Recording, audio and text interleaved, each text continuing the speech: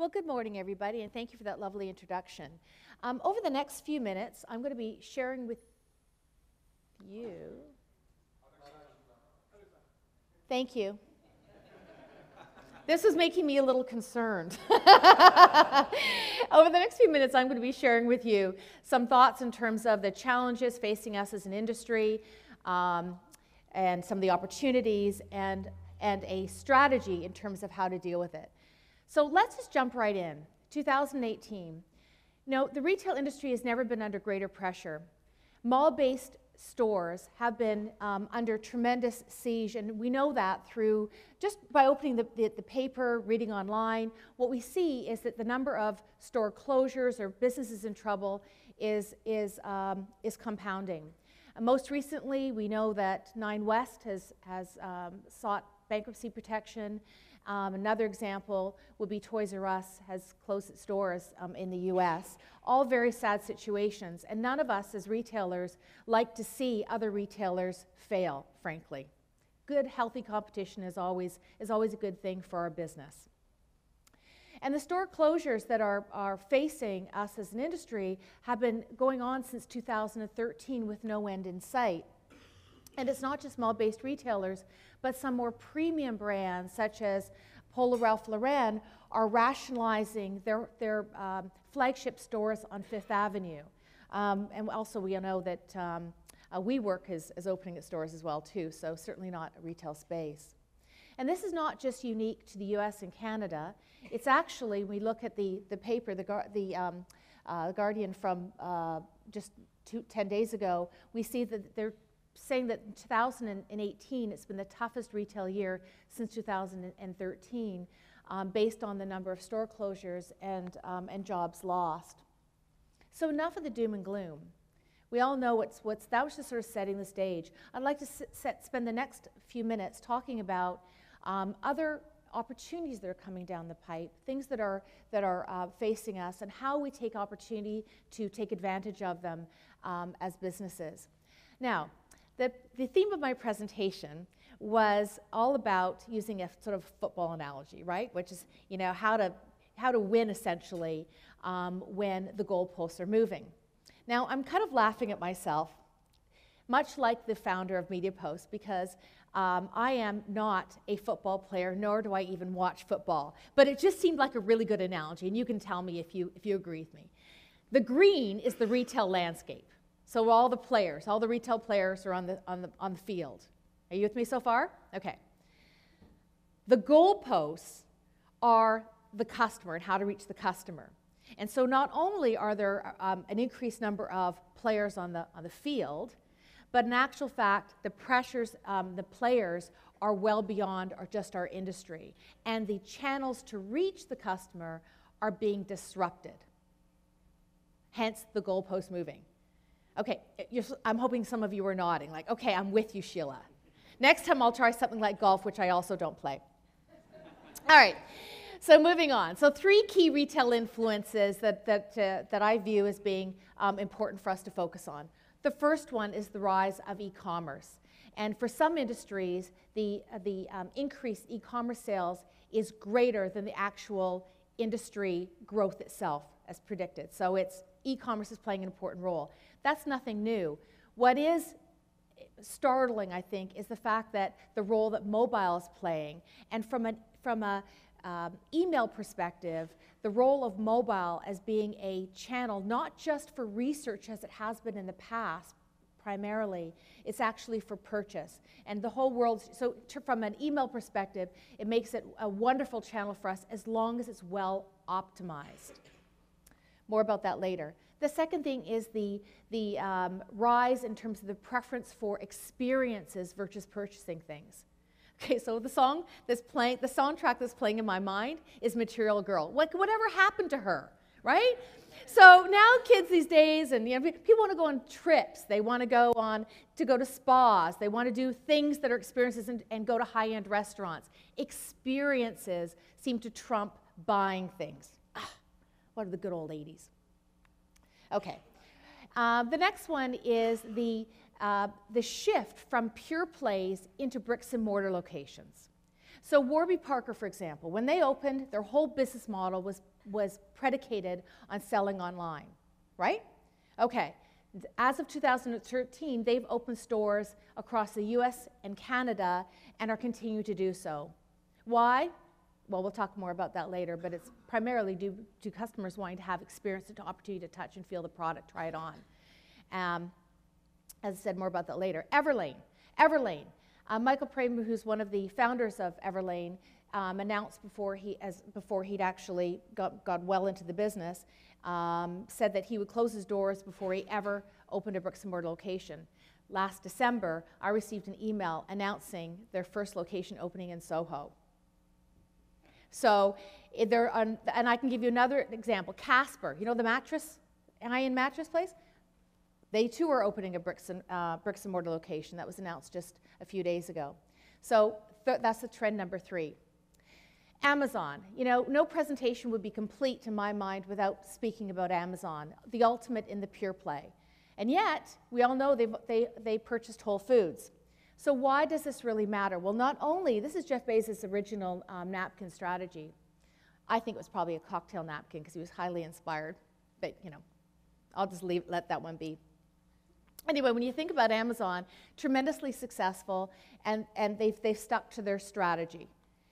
But they've also evolved, and by purchasing bricks and mortar locations such as Whole Foods, some say they did it because they wanted the supply chain for fresh food.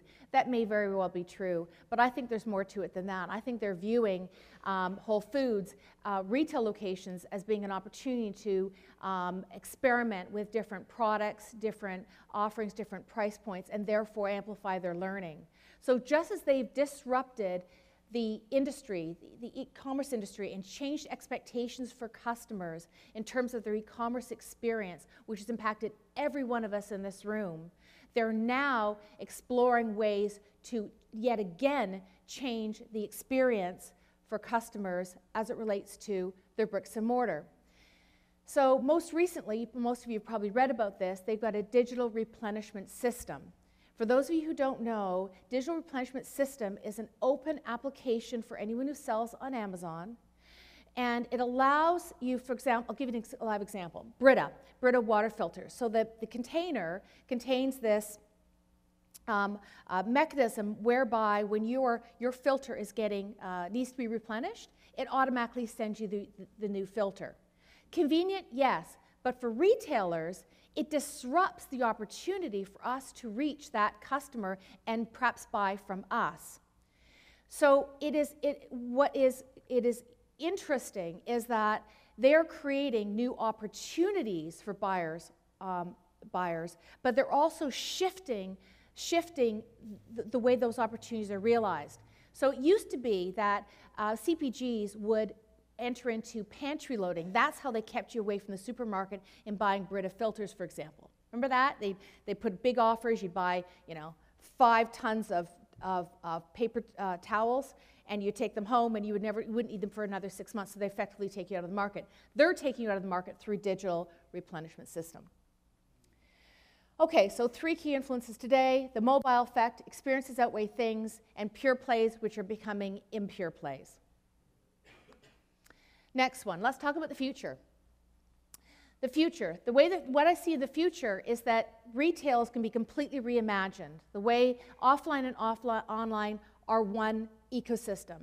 And as marketers, as brand leads, we need to be thinking about the ecosystem in entirety because it is coming and it's coming fast. Artificial intelligence. Show Ice, which is a Microsoft product, is an example of artificial intelligence whereby young Chinese girls interact with Show Ice, who they view as a friend. They tell her their problems. They share joys with her. They treat her like she is a confidant. But every time they interact with Show Ice, they are giving that platform another bit of information so they become smarter and more human-like. And in fact, Ray is suggesting artificial intelligence reach human levels by around 2020. And there are many AI platforms out there that are that are working probably towards that. Whether it's 2020 or not, it's coming fast. Magic Leap is another technology whereby through glasses and a pocket pack, the virtual and physical reality sort of blend into one. Now, this is a very dramatic, you're looking at a whale going across a gymnasium floor, and you may say, how is that relevant to me? Really relevant. Because imagine a customer wearing these glasses with this small pocket pack. Hopefully it's very small, because my purse is very packed at any one particular time, and I'd probably carry it there. But picture this. You've got the glasses on, and you're looking at a product in a grocery store, and you can see the ingredients, you can see the nutritional content, you might even get a coupon. That is what's coming down the pipe. Those are the possibilities. Okay, let's talk about the fitting room. How many of you have businesses where you have fitting rooms of some sort, or deal with customers that do? Right, okay, hands going up. I think these fitting rooms will soon become reimagined. Why? Because of opportunities, software opportunities like TrueFit, which predict what's going to fit you best based on what you've purchased previously. They know all the specs, and they know the specs of what you're trying on, and therefore they take away from that onerous, horrible task of derobing and putting on a bathing suit. Who likes that? Who likes taking their clothes off and trying things on? It's a waste of time, is it not? And you never look better in the changing room mirror, ever. Like it never actually drops 10 pounds or anything else, right? Yeah, okay. You're a very quiet crowd, I have to say. You can heckle me too if you like, although be kind. Amazon Go opened in Seattle, and this is reimagining the whole checkout system. I mean, Amazon Go, you pick up your products and you go. There's no checkout. How amazing is that? It's just done through a mobile app. Okay, so those are just a few examples of what the future is bringing. Exciting? Yes. But as a retailer, as a marketer, as a brand, we have to reimagine how we do business, and not when it's too late. Don't wait. Don't be the video industry. Remember, when you rented videos? Remember what happened to those video stores? Right, they're now gyms. So in terms of the retail playbook, I'm going to suggest a few things, which are a few old tools from our toolkit and some reimagined ones that can help us take back control and seize opportunity. First one, and this is one of the primary theme of this conference, and it's so entirely apt, really know your customer. Really know our customer. It used to be that we talked about demographics, psychographics, behavioral, geographic. All that is true and remains true. But it's more important that we know way more about your customer. And your role, and you go back to your office and you think about your customer, is not just know him or her well, your customer well, but to be able to share those stories, be able to share who your customer is with everyone around your organization. So you have a shared view of your customer. Our customer is Joy. Our primary customer is Joy. We have a secondary customer who's Catherine. I can picture Joy and Catherine standing right in front of me now and describe a day in her life. So can everyone on my marketing team, right, Steve? Yep, everyone can do it. Everyone, and that's because we bring her to life and we design products and experiences that appeal to our target customer. It's never been more important. Define your brand purpose. This is a tool that I've used for about 20 different brands over the course of my career, and we did it for Chico's, and it's worked like a charm each time. It's a lot of work to do.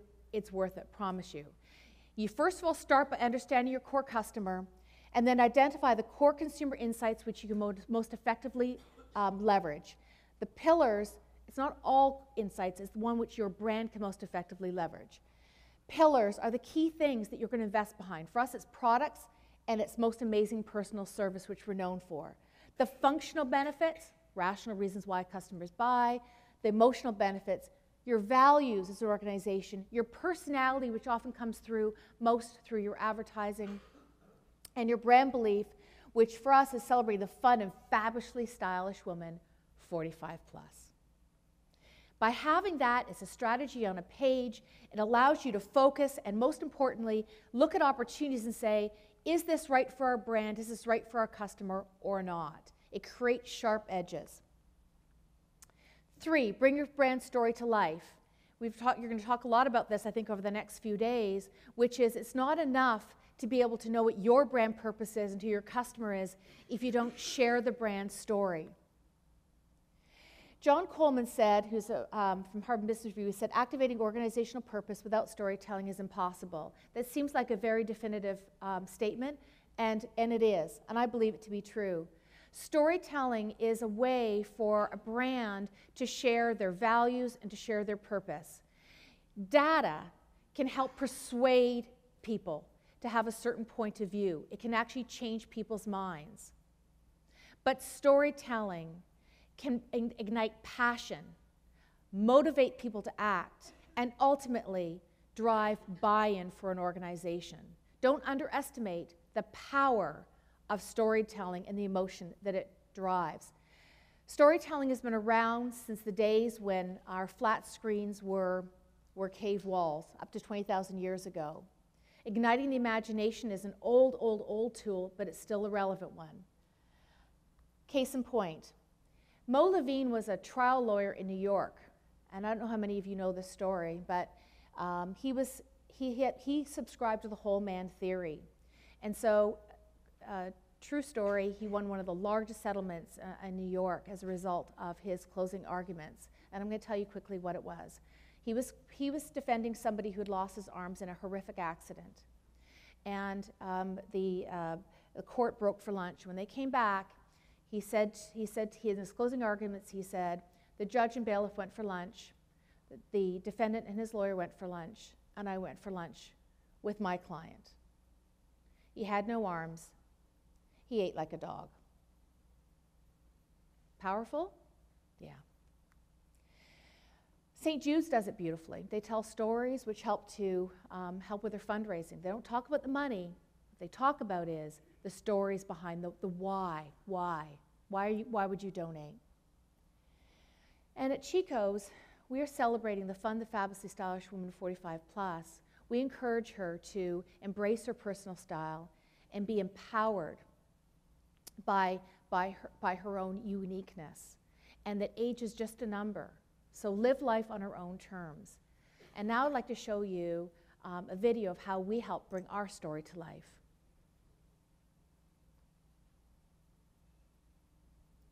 Oh, I think we need a little sound, please. It's okay.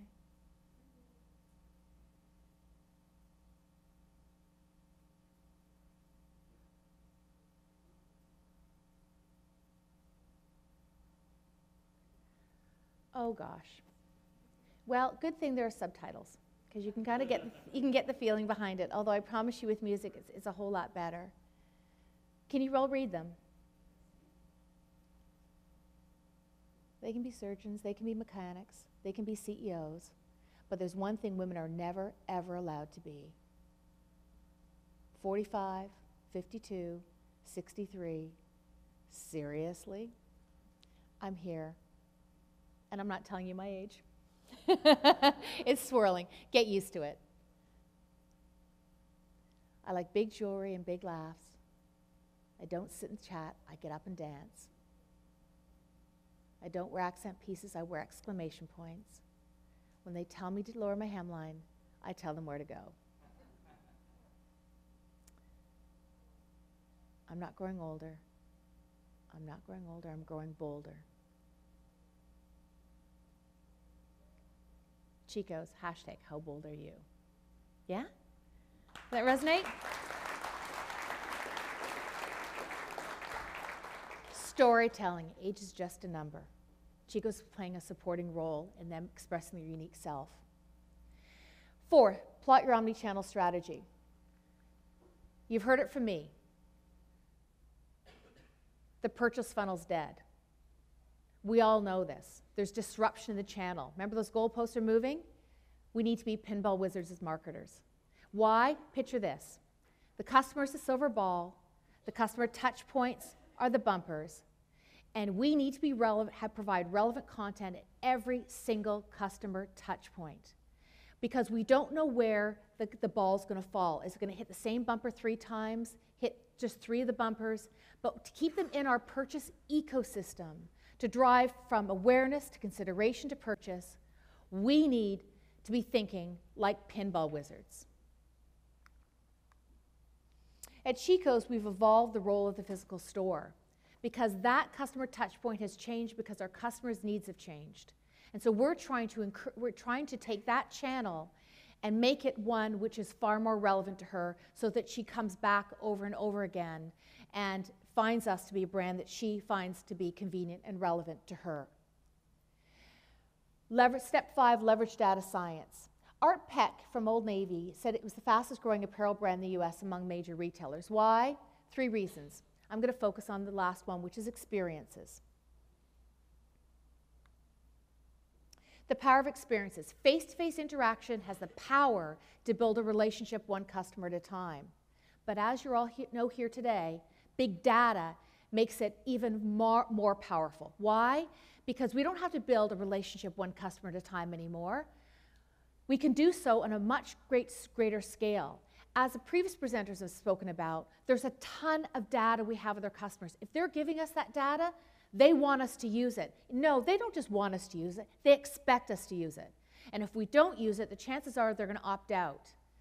You know, it's interesting. People talk a lot about these days about how many emails they're sending and worrying about opt-out rates. You know what? It's not the number of emails you send. Right, frankly, it's the content you send. And if you send me something that's relevant to me, I'm likely to continue to open it and open it and open it again. You know, in a former life, I was CMO for Shoppers Drug Mart, which had we sold Chanel and Guerlain and so on, a number of high-end cosmetics. And as a drugstore chain, we were used to sending out transactional emails.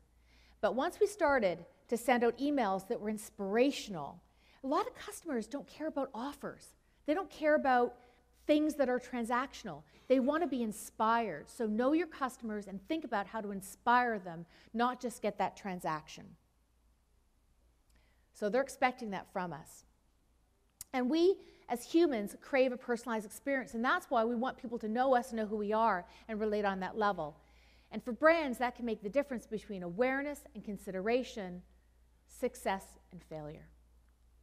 At Chico's, we have the most amazing personal service. So one of our opportunities is how to take that most amazing personalized service and take it online, offer it through our communications, through email and so on. Most amazing personal service. That's what we're known for, and our opportunity is to amplify it.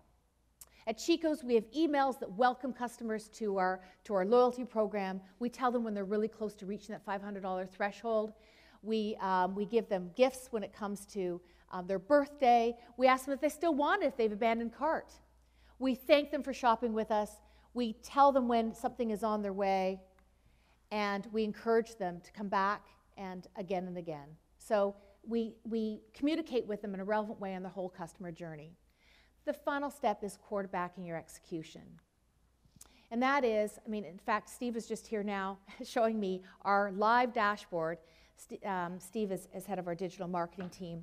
And we have a live dashboard that I would love to show you. If we weren't a publicly traded company, I would. But the idea behind it is we can see in real time what our customers are doing, who's coming in, who's a new customer, who's an existing customer, and what kind of success we're having across a number of metrics. Long-term in terms of brand metrics, but also in real time. So, bottom line, really, really know your customer. You can't skip over that step. And as a customer is changing, you've got to have studies in place to make sure that you really understand not just what they're doing, because that's what the data will tell you, but why they're doing it. So qualitative and quantitative analysis. Know your customer. Get out in the stores. Speak to her. Really know her like she's a friend. Refine and define your brand purpose. Know why you exist in her life, why you are looking to earn her trust, her respect, and ultimately her patronage. Bring your brand story to life. Don't assume they get why you're in business and what purpose you're delivering. Because People connect to brands, our customers connect to brands on an emotional level, far more than, they buy one dress, and it's a Chico's dress, to come back again and purchase another dress. It's not just because of the dress, it's because of the experience I'm having in the store. What is your brand story? Plot your omni-channel strategy. It's no longer a linear funnel. You need to be a pinball wizard. I met with a woman from who's president of a store in Canada that sells mobile devices, and she was telling me that 80% of her customers are on their devices, actively searching, studying, and often purchasing somewhere else in her store. So that's probably no surprise to her. The question is, what is she going to do about it? I say go back up to defining your brand purpose. That's how she's going to think about the role of the store, etc. Leverage data science. Take all that you've got, put it on a dashboard, share it with your colleagues, be on the same page about what success looks like and how you're achieving it, and have that feedback loop. And then finally, quarterback your execution. Take stock every once in a while and say to yourselves, am I on the right track or not? Email is one of the most beautiful channels ever because it allows us to communicate in a very personalized way with our customers. Don't think for a second that it's all about the number of emails we send, as I mentioned earlier. It's actually the relevancy, the personalization of the content that will make her open and continue to open. And finally, customer is king. It's all about him or her.